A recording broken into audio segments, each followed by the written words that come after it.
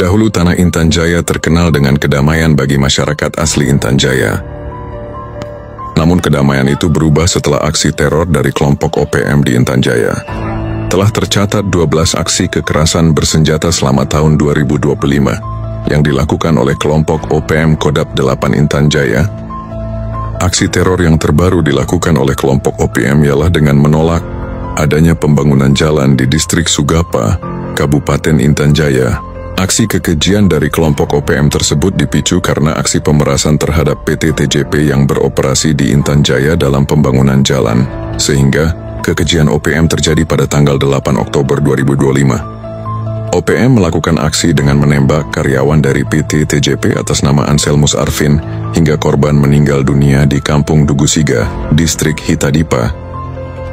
Dikarenakan permintaan dukungan dana dan bahan makanan untuk operasional kelompok OPM kepada PT TJP tidak terpenuhi sehingga menyebabkan kelompok OPM melakukan aksi penembakan terhadap karyawan dari PT TJP. Di tengah upaya pemerintah dan aparat keamanan untuk menciptakan kondisi yang kondusif di Intan Jaya, kelompok OPM terus menyebarkan propaganda dan narasi provokatif yang mengganggu kestabilitas wilayah Intan Jaya, serta menghambat kemajuan pembangunan.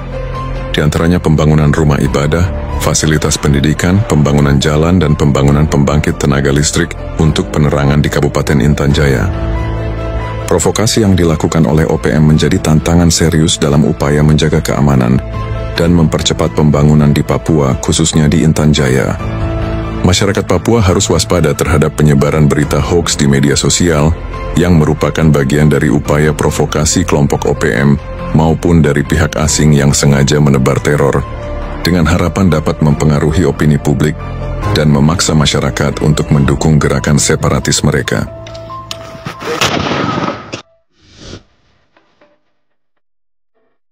Namun harapan akan kedamaian di Intan Jaya khususnya di Kampung Suanggama bukan sekedar mimpi. Kini Satgas Gabungan TNI di bawah Komando Operasi Habema berhasil membebaskan masyarakat Kampung Suanggama dari cengkeraman OPM. Satgas Yonif 712 Wiratama menetapkan wilayah Suanggama sebagai pos taktis guna memastikan keamanan dan stabilitas tetap terjaga. Satgas Yonif 712 Wiratama menemukan dokumen milik OPM yang berisikan penarikan dana dari gereja-gereja yang ada di Kabupaten Intan Jaya untuk digunakan dalam operasi mereka, sehingga dana yang seharusnya diperuntukkan dalam pembangunan gereja tidak dapat terrealisasi dengan baik, yang mana salah satunya gereja di Kampung Suanggama, yang sampai saat ini belum selesai dikarenakan dana tersebut diambil oleh kelompok OPM. Dokumen tersebut ditemukan pada saat personil Satgas Yonif 712 Wiratama sedang melaksanakan pembersihan di sekitar Honai yang diduga milik kelompok OPM untuk bersembunyi. Dokumen tersebut berisi surat permintaan dana dari kelompok OPM untuk membantu mendanai kegiatan mereka.